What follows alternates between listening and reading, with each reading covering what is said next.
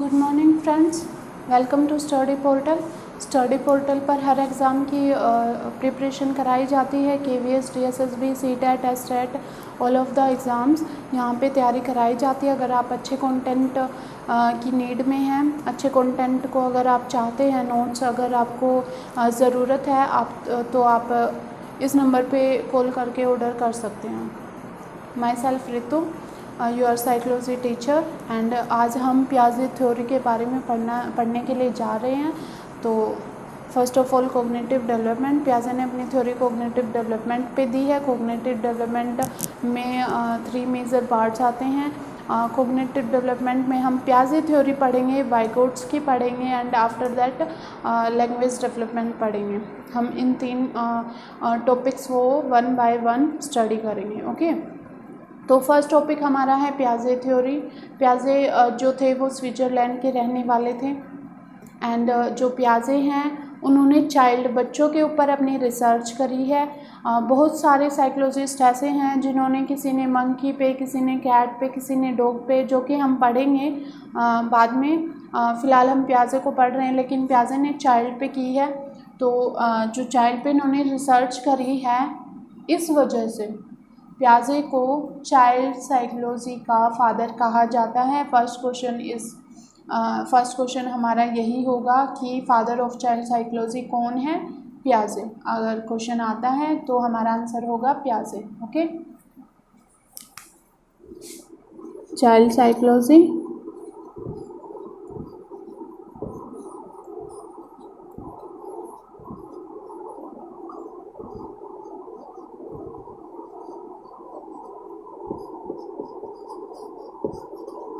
Father of child psychology कौन थे? पियाजे। First question is our. Okay, after that उन्होंने कॉग्निटिव डेवलपमेंट के ऊपर थ्योरी दी है। उन्होंने कुछ ऐसे फैक्टर हैं जिनको ध्यान में रखते हुए इस थ्योरी को बनाया है, इस थ्योरी को दिया है। वो फैक्टर फर्स्ट ऑफ ऑल हम इसका बेसिक पढ़ेंगे, आफ्टर दैट हम इसकी स्टेजेस को पढ़ेंगे। इन्होंने 4 स्टेजेस दी हैं जो कि इन्होंने एज के अकॉर्डिंग डिवाइड की है। तो फर्स्ट है, जो फैक्टर हैं वो फैक्टर हमारे क्या हैं? First is age. इनका मानना था जैसे जैसे बच्चे की एज बढ़ती जाती है वैसे वैसे थिंकिंग इम्प्रूव होती चली जाती है। जैसे जैसे बच्चा बढ़ता जाता है थिंकिंग इंक्रीज़ होती है, थिंकिंग इम्प्रूव होती हैं, एंड बच्चे मैच्योर होते चले जाते हैं। इनका ये मानना था। तो एज से ही इन्होंने अपनी स्टेजेस को डिवाइड किया है। 0 to 2, 2 to 7, 7 to 11, 12 to 17, इन्होंने 4 स्टेज दी हैं जो कि इन्होंने एज के अकॉर्डिंग डिवाइड की हैं। तो फर्स्ट है एज, जो कि हम एज को हम क्या और बोल सकते हैं? जो इनका फर्स्ट फैक्टर है बायोलॉजिकल मैच्योरेशन। तो अगर जैसे ऑप्शन में एज नहीं मिलता है, बायोलॉजिकल मैच्योरेशन है, तो बायोलॉजिकल मैच्योरेशन एक ही बात है।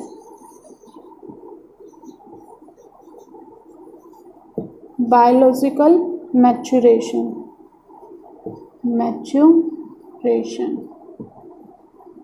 ओके। Second, activity. इनका सेकंड फैक्टर था एक्टिविटी, जो कि एक बच्चा फिजिकल वर्ल्ड के साथ एक्टिविटीज़ करता है, खेलता है, कूदता है, पढ़ता है, तोड़ फोड़ करता है, कुछ भी करता है जो एक्टिविटीज़ फिजिकल वर्ल्ड के साथ, तो उससे कुछ ना कुछ ज़रूर सीखता है।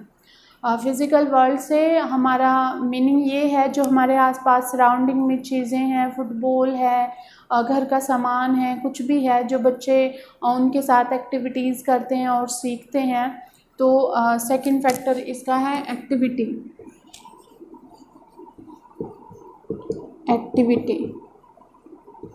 जो कि करते हैं फिजिकल वर्ल्ड के साथ, एक्टिविटी। ओके, थर्ड है सोशल एक्सपीरियंसेस। पियाजे का मानना था कि जो बच्चे सोशल एक्सपीरियंस से कुछ सीख ले लेते हैं, तो सोशल एक्सपीरियंस का भी बच्चों की लाइफ में मेन रोल होता है। लेकिन सबसे ज़्यादा उन्होंने एज को इम्पोर्टेंस दी है, आफ्टर दैट एक्टिविटी को दी है, लेकिन सबसे ज़्यादा उन्होंने एज को ही इम्पोर्टेंस दी है। उसके बाद एज, सोशल एक्सपीरियंस को बहुत कम इम्पोर्टेंस उन्होंने दी है। मेन फोकस उन्होंने एज पे ही किया है। ओके,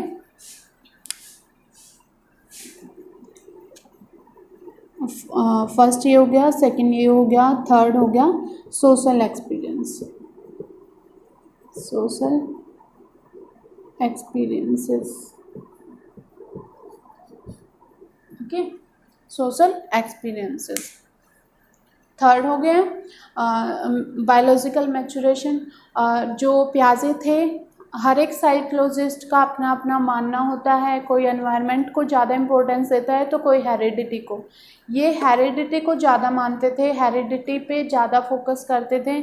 इसमें भी उन्होंने एज को ज़्यादा इम्पोर्टेंस दी है, एक्टिविटीज़ को कम दी है। एक्टिविटीज़ हमारे एनवायरनमेंट में आती है, एज हमारी हेरिडिटी में आती है। ओके, तो इन्होंने सबसे ज़्यादा इम्पोर्टेंस दी है हेरिडिटी को, हेरिडिटी को, जो कि हम बोल सकते हैं वंशानुक्रम। जितना होगा आप, ये सब चीज़ें इंग्लिश में ज़्यादा इजी रहती हैं। एंड बाकी हिंदी में थोड़ी इसकी लैंग्वेज टफ पड़ जाती है, इसलिए थोड़ा सा इनकी जो मेन बातें हैं इंग्लिश में ही रीड करके जाना। एग्ज़ाम में ज़्यादा प्रॉब्लम्स नहीं आएंगी, क्योंकि बाइलिंगुअल में ही आपका एग्ज़ाम का जो पेपर होता है वो आता है। और हिंदी इसकी थोड़ी या कुछ ज़्यादा ही टफ होती है साइकोलॉजी की, तो वैसे हम बाइलिंगुअल में ही पढ़ रहे हैं। हेरिडिटी को ये ज़्यादा मानते थे, और जो लोग हेरिडिटी को बहुत ज़्यादा इम्पोर्टेंस देते हैं, बहुत ज़्यादा मानते हैं, ऐसे पर्सन्स को हम क्या बोलेंगे? इनेटिस्ट। क्या बोलेंगे? इनेटिस्ट,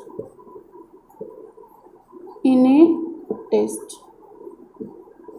इन टर्म्स को हमें याद करना होगा, एग्ज़ाम में कोई भी टर्म्स आ सकती है तो हमें इन टर्म्स का पता होना चाहिए। जो हेरिडिटी को ज़्यादा मानता है उनको हम इनेटिस्ट बोलते हैं।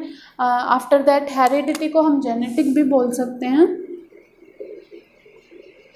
जो हमें हमारे पेरेंट्स से मिलती हैं, जीन्स से, पेरेंट्स के जीन्स से जो भी चीज़ें हमें मिलती है वो सब चीज़ें हेरिडिटी जेनेटिक में आती हैं। और जो प्याजे है, प्याजे के लिए एक टर्म और यूज़ की गई थी, जेनेटिक एपिस्टेमोलॉजिस्ट, एपिस्टेमोलॉजिस्ट।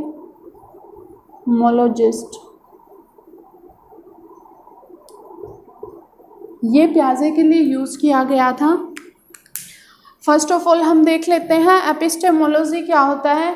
एपिस्टेमोलॉजिस्ट IST पीछे लगा देते हैं तो वो किसी पर्सन के लिए होता है कि प्याजे इज ए जेनेटिक एपिस्टेमोलॉजिस्ट। ओके, और एपिस्टेमोलॉजी क्या होता है?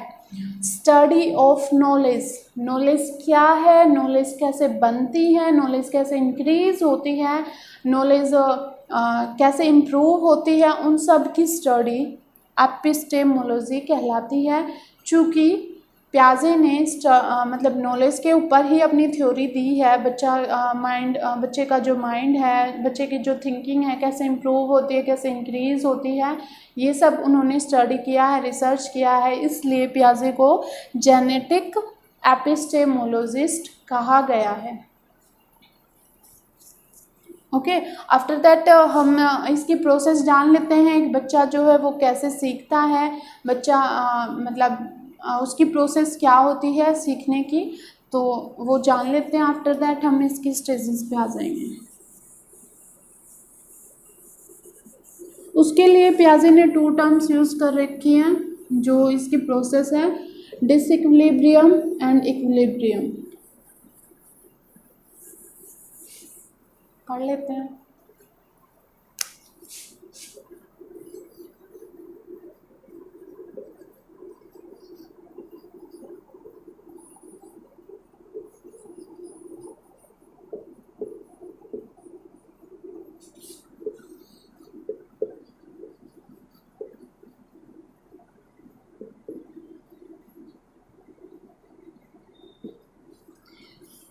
ये एक प्रोसेस है, डिसइक्विलिब्रियम से इक्विलिब्रियम तक बच्चा जाता है। पहले यहाँ होता है फिर वहाँ जाता है।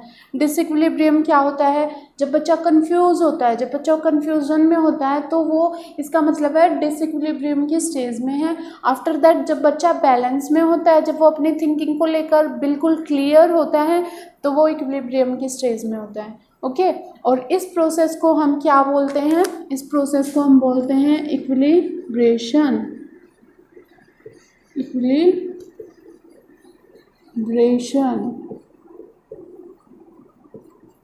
इस स्टेज को हम इक्विलिब्रेशन कहते हैं। इसमें बच्चा कहाँ पे होता है? कन्फ्यूज़न।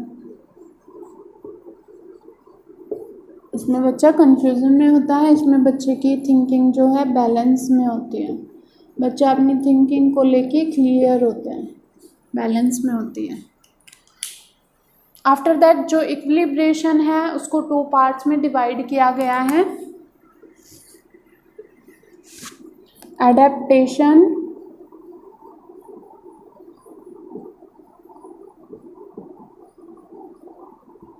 एडेप्टेशन जब हम चीज़ों को लेके एडजस्ट कर जाते हैं, चीज़ों को लेके सीख जाते हैं, तो वो एडेप्टेशन कहलाएगा। Organisation, second of all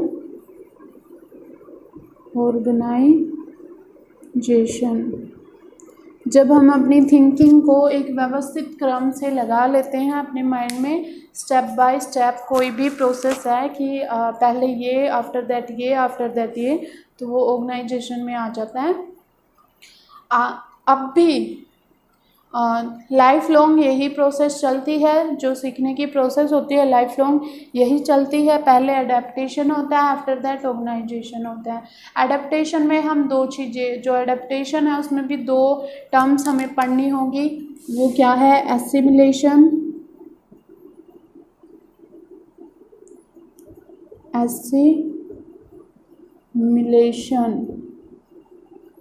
second अकमंडेशन।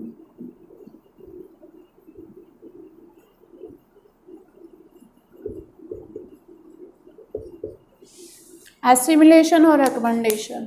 Adaptation एक लॉन्ग प्रोसेस है एंड ऑर्गेनाइजेशन एक शॉर्ट प्रोसेस है। तो हमें एडेप्टेशन के बारे में ज़्यादा पढ़ना है। और इनसे रिलेटेड एक टर्म और होती है, वो क्या है? स्कीमा।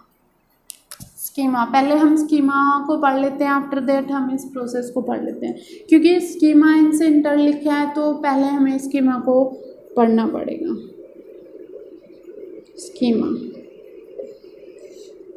स्कीमा क्या होता है? अगर मैं आपसे पूछूँ ये क्या है, आप क्या आंसर करोगे? This is marker. अगर मैं आपसे पूछूँ ये क्या है, आप आंसर करोगे दिस इज़ डस्टर। ये आपका क्या है? स्कीमा है। तो कोई भी चीज़ जिसके बारे में हम जानते हैं, जिसके बारे में हमें पता होता है, उसका हमारे माइंड में स्कीमा बन जाता है। जो मेंटल स्कीमा होता है, mental structure of knowledge is called schema. Mental structure of knowledge is called schema. वो स्कीमा होता है हमारे माइंड में, इस चीज़ का स्ट्रक्चर है कि ये मार्कर है, ये बोर्ड है, वो डस्टर है। आप कहीं भी जाते हैं, आप डोमिनोज़ में जाते हैं, वहाँ पे आप पिज़्ज़ा ऑर्डर करते हैं, आपका स्कीमा पहले से बना हुआ है। पिज़्ज़ा कैसा होता है, उसका कलर कैसा होता है, उसका टेस्ट कैसा होता है, ये हमारा स्कीमा है। जो हमें पता है, हमारे माइंड में है कि पिज़्ज़ा कैसा होता है, ये हमारा स्कीमा होता है।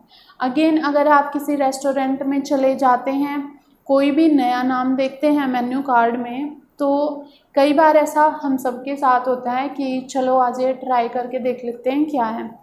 हम ऑर्डर तो कर देते हैं, हमें पता तो नहीं है वो दिखने में कैसा है, वो टेस्ट में कैसा है, हमें उस चीज़ के बारे में कुछ नहीं पता।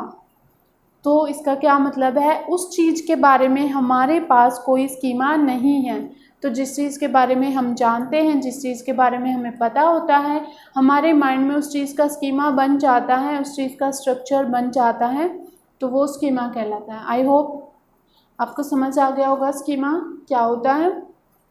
आफ्टर दैट हम आ जाते हैं एसिमिलेशन और अकमंडेशन पे। डेफिनेशन हर बुक में मिल जाएगी आपको। एसिमिलेशन क्या होता है, अकमंडेशन क्या होता है। एसिमिलेशन में हम स्कीमा के साथ कोई भी जो है नई जानकारी जोड़ सकते हैं, वो एसिमिलेशन होता है। लाइक अपनी लैंग्वेज में बता रहे हैं। और अकमंडेशन में नया स्कीमा बनता है। अकमंडेशन में जो स्कीमा है उसको हम मॉडिफाई करते हैं, उसको हम करेक्ट करते हैं। ये सब हम अकमंडेशन में पढ़ते हैं। और स्कीमा में हम एसिमिलेशन में हम क्या पढ़ते हैं, जो हमारा स्कीमा है उसमें हम नई जानकारी जोड़ देते हैं, वो एसिमुलेशन में आती है। ओके, एसिमुलेशन में बस इतना ही आता है। मोस्ट इम्पोर्टेंट आपके लिए है अकमेंडेशन। तो हम इस चीज़ को एक एग्जाम्पल के थ्रू समझेंगे ताकि आपको अच्छे से समझ आ जाए। एग्जाम्पल लाइक छोटा सा बेबी है, लाइक 6 मंथ्स का बेबी है। उसके पेरेंट्स आते हैं, उसके लिए एक छोटी बॉल लेके आते हैं, वाइट कलर की छोटी बॉल ला के अपने बच्चे को दे देते हैं। तो बच्चे को देंगे, बच्चा क्या करेगा, उसको मुंह में डालेगा, माउथ में डालेगा, क्योंकि एक छोटा बच्चा जो होता है उसको लगता है हर एक चीज़ खाने के लिए होती है। इतने छोटे बच्चे से अगर आप कभी मिले हो, आप देख सकते हो, आप उसको कुछ भी दे दो, मैं उसको अगर मार्कर देती हूँ, वो मार्कर को भी मुंह में लेगा, वो मार्कर को भी मुंह में लेगा। ठीक है, तो जो छोटे बच्चे होते हैं उनको यही लगता है कि जो भी चीज़ें हैं, जितनी भी चीज़ें हैं, वो सारी खाने के लिए होती है। तो उसके पेरेंट्स ने उसको बोल ला के दे दी, उसने उसको मुंह में डाली, मतलब ट्राई करा खाने के लिए, लेकिन प्लास्टिक की बॉल है, वो खा नहीं सकता है। तो उसके पेरेंट्स ने उसको समझाया, बेटा खाने के लिए नहीं होती है ये है खेलने के लिए। उसको ऐसे उछाल के दिखाया बॉल को, तो बॉल उछली, बच्चे ने देखा कि हाँ बॉल ऐसे ऐसे उछल रही है। सेकंड टाइम जब उसको वही बॉल दी जाएगी तो वो ऐसे फेंक के देखेगा, उछाल के देखेगा, उसके साथ खेलेगा। सेकंड टाइम उसको देंगे, तो जो वो बॉल को लेके सेकंड टाइम जब उसको वो बॉल दी गई तो उसके माइंड में क्या बन गया, स्कीमा। सेकंड टाइम उसने माउथ में नहीं डाली, सेकंड टाइम वो उसके साथ खेला, तो उसके जो माइंड में क्या बन गया, स्कीमा। आफ्टर दैट जब वो 1 ईयर का हो जाता है तो उसके पेरेंट्स जाते हैं मार्केट में, वहाँ से घर का सामान लाते हैं। घर के सामान में क्या क्या लाते हैं, दूध, ब्रेड, बिस्किट, एग्स, ये सब चीज़ें ला के टेबल पे रख देते हैं। बच्चा घूम रहा है, बच्चा जाता है टेबल के पास, देखता है एग्स को, देखता है एग्स को, देखते ही उसको क्या लगेगा, एग्स को देखते ही उसको लगता है इतनी सारी बॉल्स। एक को उठाता है, एक एग को उठाता है, फेंक देता है, उसको तो लगता है खेलने के लिए। एक एग को उठाता है, फेंक देता है, फेंकते ही वो टूट जाता है। टूटने के बाद वो उसको ऐसे देखता है, उसका स्कीमा गलत हो गया, क्योंकि जो उसने स्कीमा बनाया था वो स्कीमा गलत हो गया। अब उसके पेरेंट्स आते हैं, उसके पेरेंट्स उसको समझाते हैं, बेटा ये बॉल नहीं है, ये खाने की चीज़ है, ये बॉल नहीं है, ये खाने की चीज़ है। वो उसको समझाते हैं। उसके बाद बच्चा अपना स्कीमा करेक्ट करता है, स्कीमा कि छोटी वाइट कलर की हर एक चीज़ बॉल नहीं होती है, कुछ और भी हो सकता है, हर एक चीज़ बॉल नहीं होती है। वो अपने स्कीमा को ठीक करता है, तो ये सिचुएशन कहाँ चली जाएगी, अकमेंडेशन में। फर्स्ट जब उसने अपना स्कीमा बनाया था, आफ्टर दैट उसका स्कीमा गलत हो गया। अब उसने वो अपना जो स्कीमा गलत हुआ है उसको करेक्ट किया है। तो जब वो उसने करेक्ट किया है तो ये सिचुएशन चली गई है अकमेंडेशन में। ओके, आफ्टर दैट वो 1.5 ईयर का हो जाता है। अब उसके पापा हैं जो, वो उसके लिए बहुत सारे बॉल्स लेके आते हैं, लाइक छोटी ball, green ball, red ball, football, colourful, तो बहुत सारी बॉल लेके आते हैं, उसके सामने रख देते हैं। बच्चा एक बार डाउटफुल होके देखता है, सारी गोल हैं, लाइक बॉल हैं, तो एक बार देखता है। प्याजे ने एक चीज़ और कही थी, children are the little scientist. ये प्याजे की कही गई एक बात है कि जो छोटे बच्चे होते हैं वो छोटे वैज्ञानिक होते हैं। उसको कोई भी चीज़ दोगे वो एक साइंटिस्ट की तरह बिहेव करते हैं, उस चीज़ को देखते हैं, ऑब्ज़र्व करते हैं। छोटे बच्चे ऐसा करते हैं। तो वो उसको डाउट से ऐसे देखता है सारी बॉल्स को, क्या है, बॉल है या खाने वाली चीज़ें हैं। एक बॉल उठाता है, हल्का सा ऊपर से ऐसे करता है, उछालता है, तो वो ये देखना चाहता है कि बॉल है जो ये टूटेगी या उछलेगी। तो जब वो उसको गिराता है तो बॉल उछली। अब उसको पता चल गया कि ये सारी बॉल्स हैं जो कि खेलने के लिए हैं। अब उसने अपने स्कीमा में एक चीज़ और ऐड की कि वाइट कलर की ही बॉल नहीं होती, किसी भी कलर की बॉल हो सकती है। तो जो भी चीज़ हम अपने पुराने स्कीमा में ऐड करते हैं वो कहाँ चला जाएगा, एसिमिलेशन में। तो ये बात कहाँ चली गई है अब, एसिमिलेशन में। तो आई थिंक आपको ये दोनों टर्म्स समझ आ गई होंगी। एसिमिलेशन क्या होता है, जब हम अपने स्कीमा में कोई नई जानकारी जोड़ देते हैं वो एसिमिलेशन में आ जाती है। अकमेंडेशन, जब हमारा कोई स्कीमा गलत साबित हो जाता है, आफ्टर दैट हम नया स्कीमा बनाते हैं, और या फिर नया स्कीमा बनाया है या नए जो पुराना स्कीमा है उसको हमने करेक्ट किया है, मॉडिफाई किया है, तो वो आ जाता है अकमेंडेशन में। तो ये हो गए, ये सारी चीज़ें हो गई हैं हमारी बेसिक्स। अब हम आ जाते हैं अपनी स्टेजेस पे, जो पियाजे ने अपने कोग्निटिव डेवलपमेंट में स्टेजेस दिए हैं, अब हम वो पढ़ते हैं।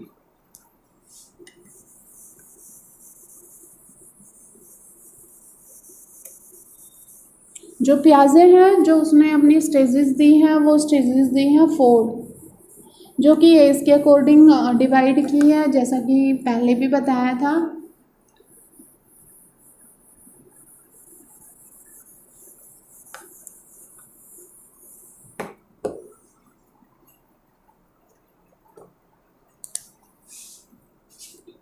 ये है हमारी फर्स्ट स्टेज,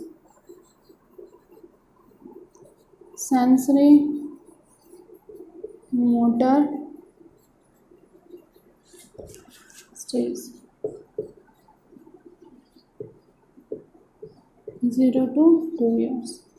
0 to 2 ईयर्स में मीन्स जब बच्चा बर्थ लेता है, जब बच्चा बिल्कुल छोटा होता है, वहाँ से लेकर 2 ईयर तक जो भी बच्चा होता है वो इसमें आएगा। और जब हम स्टेजेस में क्या पढ़ने वाले हैं, हम स्टेजेस में पढ़ने वाले हैं कि बच्चा जैसे जैसे पढ़ता जाता है वो कैसे अपनी थिंकिंग को इम्प्रूव करता है, कैसी गलतियाँ करता है और कैसे उसकी थिंकिंग इम्प्रूव होती है, कैसे बच्चे मैच्योर हो जाते हैं, हम ये सब चीज़ें पढ़ेंगे। और sensory motor stage, sensory motor stage इसका ये नाम क्यों है, सेंसरी, सेंसरी का मतलब है जो बच्चा अपनी सेंसेस से सीखता है। छोटे बच्चे के पास कोई लैंग्वेज नहीं होती है, जब जब बच्चे का जन्म होता है उसके पास कोई लैंग्वेज नहीं होती है, उसको टाइम लगता है 1.5-2 साल तक, आते आते वो धीरे धीरे लैंग्वेज को गेन करता है, आफ्टर दैट वो लैंग्वेज सीखता है। तो जब तक उसके पास कोई लैंग्वेज नहीं है वो अपनी सेंसेस को यूज़ करता है, सेंसेस को लाइक देखता है, हर चीज़ को ऑब्जर्व करता है, नोज से स्मेल करता है, जीभ से टेस्ट करता है, हैंड से टच करता है, ये सब अपनी चीज़ों से जब वो सीखता है तो वो सेंसरी में हम करेंगे मोटर में आएगा फिज़िकली जो एक्टिविटी करता है, मोटर होता है गतिक। तो जो बच्चा फिज़िकली एक्टिविटीज़ करके सीखता है तो वो आ जाएगा मोटर में, ठीक है, sensory motor stage. I hope ये मीनिंग आपको क्लियर हो गया होगा। तो इसमें हमारा फर्स्ट पॉइंट है रिफ्लेक्स एक्शन, रिफ्लेक्स एक्शन। छोटे बच्चे को देखा, जैसे ही न्यू बॉर्न बेबी होता है, कभी अगर आपने देखा हो या देखने का मौका मिले तो ज़रूर देखना। जो न्यू बॉर्न बेबी होता है उसके हैंड्स ऐसे रहते हैं, ऐसे नहीं होते हैं, हल्के से ऐसे होते हैं। अगर आप उसके हैंड में उंगली दोगे तो वो पकड़ लेता है, अगर उसके हैंड में कोई चीज़ दोगे तो वो पकड़ लेता है। न्यू बॉर्न बेबी को नहीं पता होता वो जो ये चीज़ करता है ये उसकी ऑटोमेटिक होती है, वो जानबूझ के नहीं करता। लाइक आप पल के झपकाते हो, आप क्या जानबूझ के करते हो, ये ऑटोमेटिक होती हैं। तो जो छोटा बच्चा होता है उसमें बहुत सारे ऐसे रिफ्लेक्स एक्शन होते हैं जो कि वो जानबूझ के नहीं करते, अपने आप हो जाते हैं। तो ये उसका रिफ्लेक्स एक्शन है जो कि जैसे जैसे वो हल्का सा बड़ा होता चला जाता है ख़त्म हो जाते हैं, एंड्स ख़त्म होते चले जाते हैं। तो ये सब चीज़ें एंड्स होने के बाद वो क्या करेगा, गोल डायरेक्टेड बिहेवियर, गोल डायरेक्टेड बिहेवियर। अब वो करता है गोल डायरेक्टेड बिहेवियर, लाइक लगा लो आप 1 साल का बच्चा, तो किसी पेरेंट्स ने क्या किया, दूध का गर्म पतीला रख दिया टेबल पे। अब बच्चे के लिए गोल है वो पतीला, उसके अंदर जिज्ञासा है कि उसमें क्या है, वो चीज़ क्या है, तो वो उसकी तरफ मतलब जाता है, चाहे वो क्रोलिंग से जाए। 1 ईयर का बच्चा मतलब चल भी सकता है, नहीं भी, ये सब की अपनी अपनी अलग होती है। तो बच्चा जाता है क्रोलिंग से, मेज के सहारे खड़ा होता है, उसको छूने के लिए हाथ बढ़ाता है, तो उसके पेरेंट्स उसको रोकते हैं, बेटा छूना नहीं है, ये गरम है, ये दूध गरम है, हाथ जल जाएगा।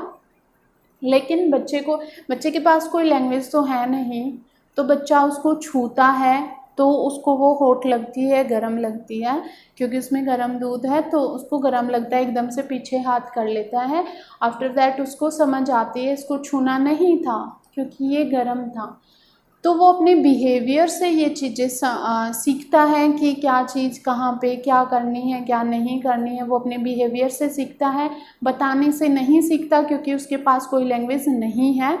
तो गोल डायरेक्टेड बिहेवियर में उसके लिए गोल क्या था, दूध का पतीला।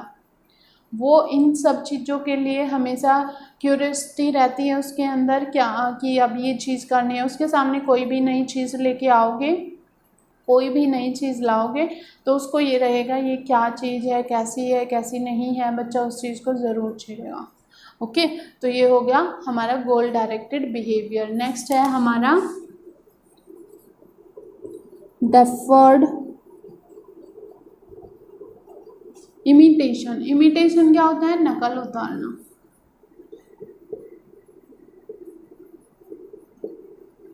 डेफर्ड में आ जाएगा, जैसे कोई भी बच्चा याद रख लेता है तो ओके। इमिटेशन होती है नकल उतारना।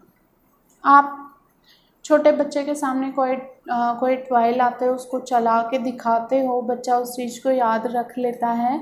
आफ्टर दैट या तो वो उस काम को आपके सामने करेगा, अगर सामने नहीं किया नेक्स्ट डे करेगा, नेक्स्ट से नेक्स्ट डे करेगा, लेकिन वो उस काम को ज़रूर करेगा। जो काम आपने उसको कोई भी टॉय जैसे भी करके दिखाया है, लाइक ये चीज़ें आपने भी करके देखूँगी, आप मुंह बना के दिखाते हो बच्चे के सामने, बच्चा उसी time at a time try करता है, जैसे आपने मुंह बनाया वो भी बना के देखता है, वो नकल उतारता है।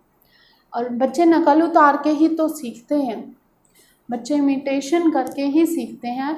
तो जो आपने वो चीज़ आपने उसको करके दिखाई है, वो उसको बाद में करेगा, अब नहीं, नेक्स्ट डे करेगा, नेक्स्ट डे करेगा, लेकिन करेगा ज़रूर उस काम को। इससे हमें क्या पता चलता है, उसमें मेमोरी बननी स्टार्ट हो चुकी है।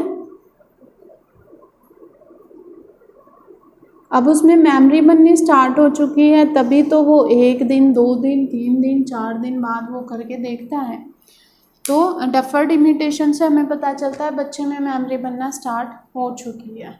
ओके, इस चीज़ को वो ज़रूर करके देखता है। नेक्स्ट है ऑब्जेक्ट परमानेंस।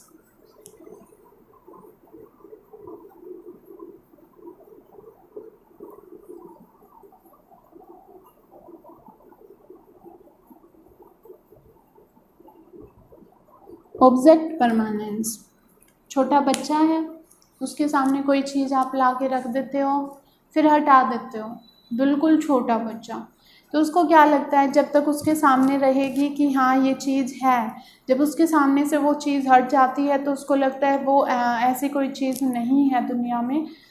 तो जब बच्चा जैसे जैसे बड़ा होता चला जाता है, लाइक 1.5 ईयर का अगर कोई बच्चा हो गया है, आप उसको कोई टॉय ला के दो, बाद में उसको उस टॉय को छुपा दो, लेकिन बच्चे को ये रहता है कि कोई कुछ चीज़ थी, उसको याद है कि मतलब जो टॉय था वो था मेरे पास, जो मेरे को दिया था, और वो उसको ज़रूर ढूंढेगा, अब नहीं तो बाद में ढूंढेगा ज़रूर।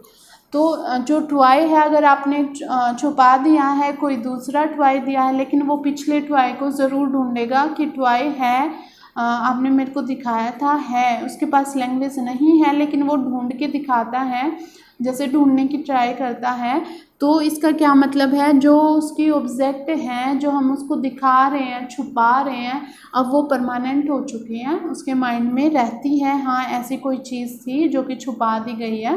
तो और इससे भी हमें क्या पता चलता है कि बच्चे की मेमोरी बनना स्टार्ट हो गई है, क्योंकि बच्चा भूला नहीं है, बच्चा उस चीज़ को ढूंढ रहा है, तो मतलब उसकी मेमोरी बनना स्टार्ट हो गई है।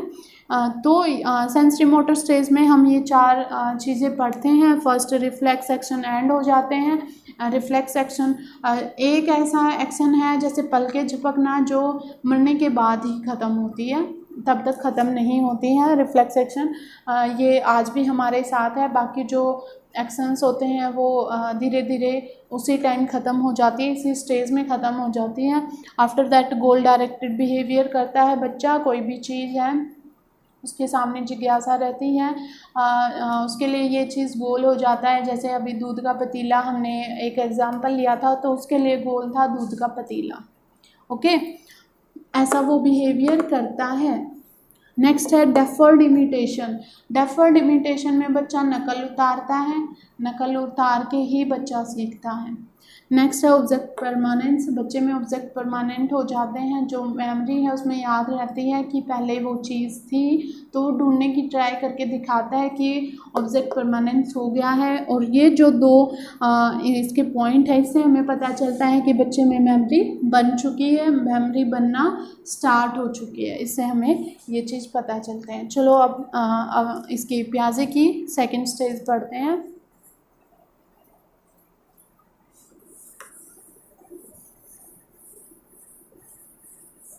सेकंड है pre operational stage, 2 to 7 years।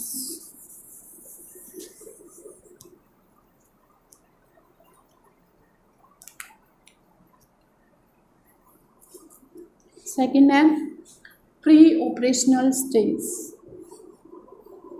Pre operational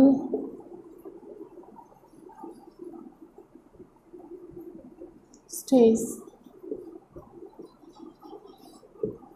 जो कि होती है 2 to 7 years, 2 to 7 years, okay. तो इसमें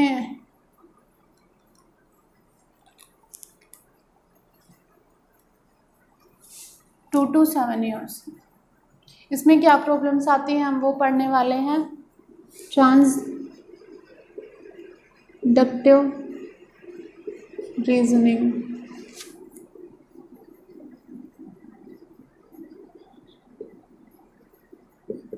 प्री ऑपरेशनल स्टेज। प्री होता है पहले वाला, ऑपरेशनल होता है बच्चे के पास अभी कोई लॉजिक नहीं है, तो इलॉजिकल इस स्टेज में बच्चे जो है इलॉजिकल वाली बातें करते हैं, तो जो इसके बाद वाली स्टेज आ जाएगी उसमें लॉजिकल वाली चीज़ें हम पढ़ने वाले हैं।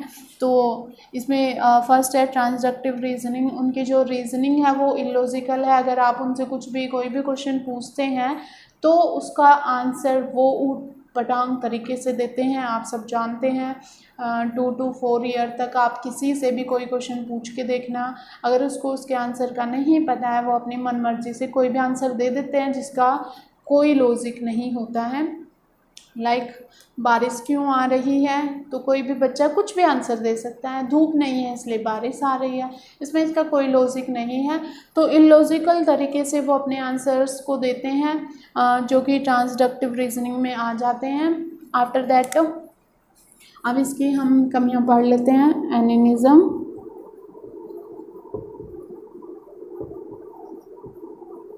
एनिमिज्म का क्या मतलब होता है कि बच्चे को क्या लगता है जितनी भी चीज़ें हैं, जितनी भी सराउंडिंग में चीज़ें हैं वो सारी जीवित हैं, सजीव हैं। उनको लगता है कि इसको भी दर्द होता है, इसको भी ठंड लगती है, इसको भी भूख लगती है। लाइक डोल को ले लीजिए, कोई छोटी अगर गुड़िया है आपके घर में, उसके पास अगर कोई डोल है, वो उसको अपने साथ बिठा के खाना खिलाती है। जब वो सोती है तो वो यही बोलती है इसको भी नींद आई है, इसको भी सोना है, उसको भी कंबल उड़ाती है, इसको ठंड लग रही है। तो वो ऐसा बिहेवियर करते हैं जैसे सजीव के साथ करते हैं। तो एनिमिज्म में ये चीज़ें आती हैं। कोई बच्चा है, अगर वो कहीं पे गिर गया है, टेबल से पैर लग के गिर गया है, तो वो रोता हुआ आएगा, टेबल ने मेरे को मारा। जब तक आप उस टेबल को नहीं मारोगे वो चुप नहीं होएगा। उसको नहीं पता वो सजीव नहीं है, उसको सारी चीज़ें सजीव लगती हैं। तो इसमें बच्चे एनिमिज्म जैसा बिहेवियर करते हैं। नेक्स्ट है हमारा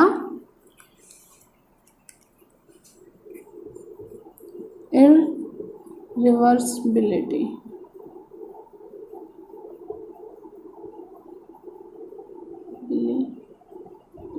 इररिवर्सिबिलिटी जिसका उल्टा होता है इररिवर्सिबिलिटी। पियाजे ने इसके ऊपर एक एक्सपेरिमेंट किया था अपने सबसे छोटे बच्चे के साथ।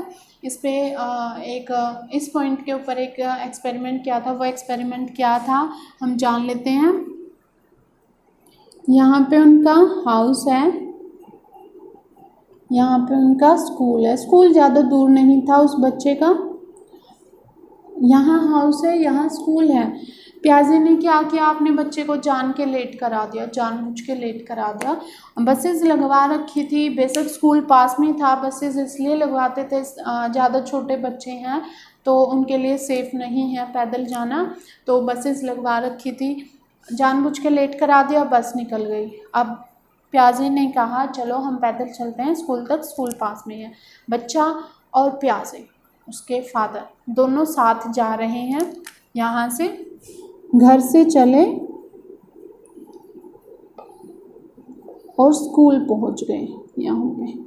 अब पियाजे ने क्या कहा, पियाजे ने अपने बेटे को कहा घर से स्कूल तू पैदल आया है मेरे साथ, अब तेरे को घर से स्कूल के रास्ते का पता चल चुका है। बच्चे ने कहा हाँ मुझे पता है, घर से स्कूल के रास्ते का पता है।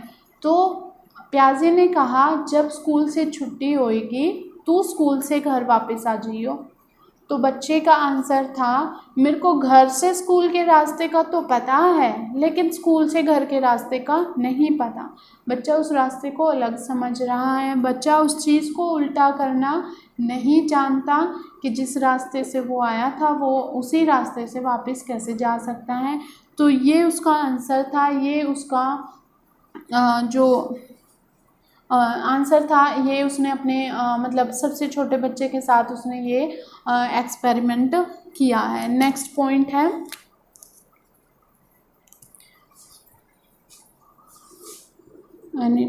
एनिमिज्म और irreversibility. Next point ego centrism.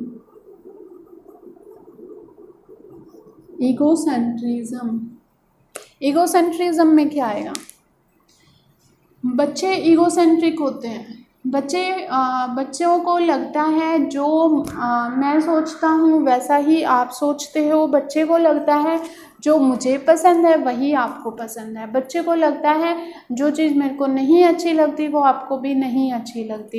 Egocentric का ये मतलब नहीं होता जैसा मैं सोचता हूँ वो ठीक है और जो आप सोचते हो वो गलत है, नहीं। ईगोसेंट्रिज्म का मतलब ये है जैसा मैं सोचता हूँ वैसा ही आप सोचते हो।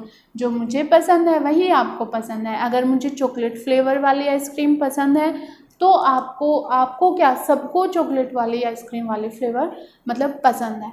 तो बच्चे को ये चीज़ लगती है, बच्चे को ये लगता है कि मतलब मेरे को कैट से डर लगता है तो सबको कैट से डर लगता है, तो उसका ये मानना होता है। तो ईगोसेंट्रिज्म में ये चीज़ आ जाती है। और लास्ट है, एक बार रफ कर लेते हैं, सेंट्रेशन।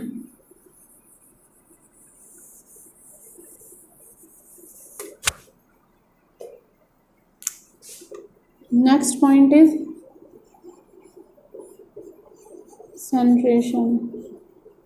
सेंट्रेशन का मतलब होता है किसी एक चीज़ पे ध्यान केंद्रित कर लेना, जो कि बच्चे कर देते हैं इस चीज़ में।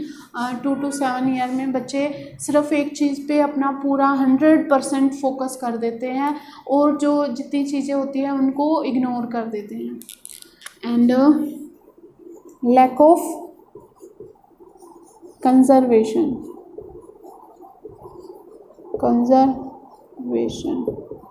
कम और ज़्यादा वाली गलती आ जाती है इसमें, ये दोनों एक दूसरे से लिंक है, इसलिए इसको ब्रैकेट में लिखा है। लैक ऑफ कंजर्वेशन में कम और ज़्यादा वाली आ जाती है। तो इसको पियाजे ने इसके साथ भी एक एक्सपेरिमेंट किया था, जो कि हम देख लेते हैं। पियाजे ने 2 गिलास लिए सेम साइज़ के,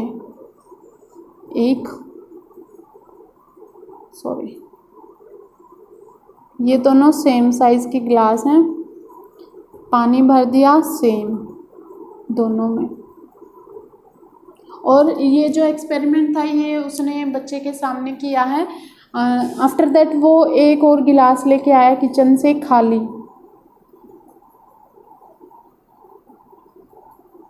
ये लेके आया, इस गिलास का पानी उसने इसमें डाल दिया।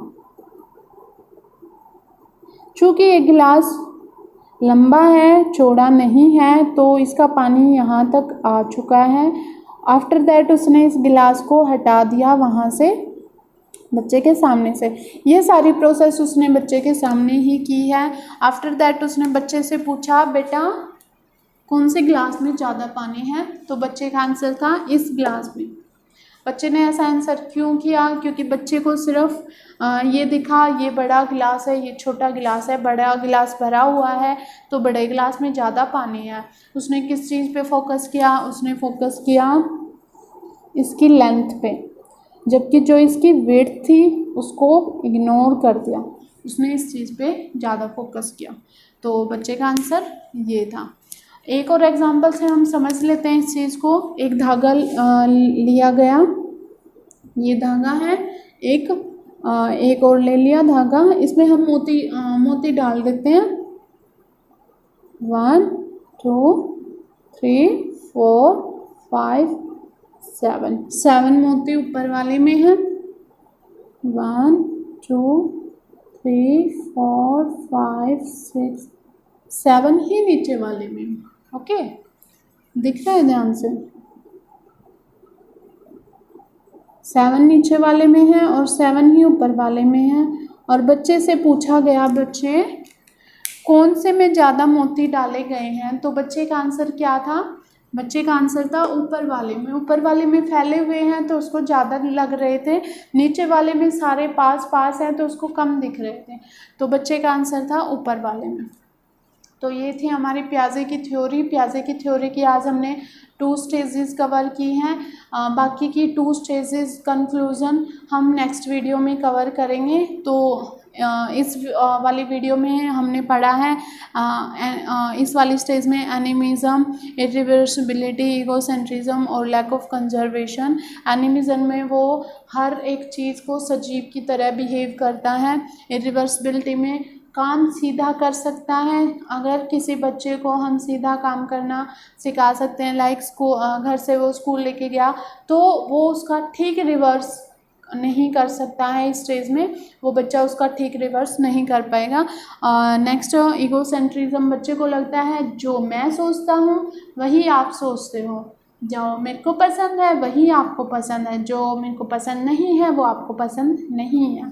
नेक्स्ट है सेंट्रेशन, वो अपना एक चीज़ पे 100% फोकस डाल देता है, 100% वो उस चीज़ पे ध्यान केंद्रित कर देता है, जिसमें वो कम और ज़्यादा की गलती करता है, जैसे उसने यहाँ पे एक गलती की है। Thank you.